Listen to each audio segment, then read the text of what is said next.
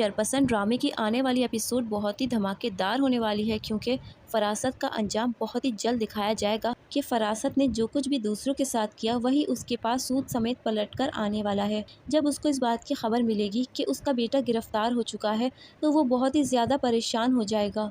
उसका दिल इस बात को मानने के लिए तैयार ही नहीं है कि वो अपने बेटे के लिए परेशान है। वो बेड पर मुतमईन लेटा होगा, लेकिन उसके दिल में एक तूफान सा बर्पा हो जाएगा।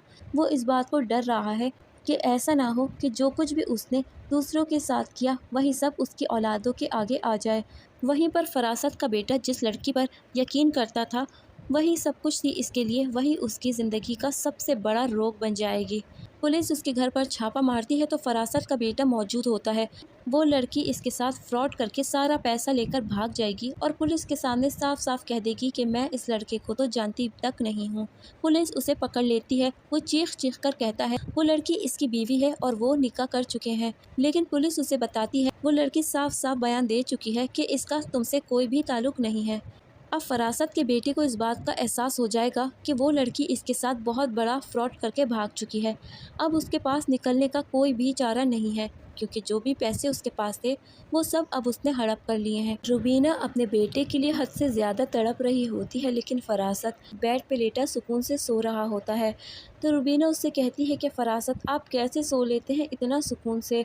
वो फरासत को उठाएगी और उठाकर थाने लेकर चली जाएगी। वहाँ पर जब ये दोनों पहुँचेंगे तो उन्हें इस बात का अंदाज़ा हो जाएगा कि उसका बेटा बहुत बड़ी मुश्किल में फंस चुका है और उसका इस मुश्किल से निकलना इतना आसान नहीं है। वहीं पर फरासत, जो कि मोहल्ले वालों को पहले ही अपना यकीन दिला रहा था, लेकिन अब जब उसका बेटा गिरफ्तार हो चुका है अब कोई उस पर यकीन करने को तैयार नहीं होगा। अब फरासत, जो कि अपने मोहल्ले के सामने बिल्कुल इज़्ज़तदार और पारसा बना फिरता था, आज उसकी इज़्ज़त दो कौड़ी की भी नहीं रही। दूसरी तरफ फ़िदा को भी अब शक होने लगा है कि फरासत किस तरह से बातों बातों में शाज़मीन की बुराई किया करता था, और शाज़मीन मुझे हमेशा वार्न करती थी कि इस आदमी से दूर रहो, लेकिन उसने शाज़मीन पर भरोसा ना करके उस गैर बंदे पर भरोसा किया।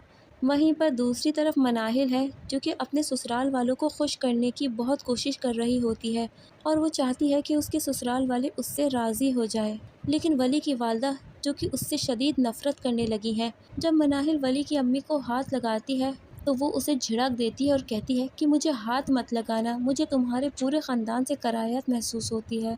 वली की माँ अब उसकी शक्ल तक नहीं देखना चाहती और अब वो लोग मनाहिल को इस घर में एक मिनट भी बर्दाश्त नहीं करना चाहते और बहुत जल्द मनाहिल को भी इस घर से धक्के देकर निकाल दिया जाएगा।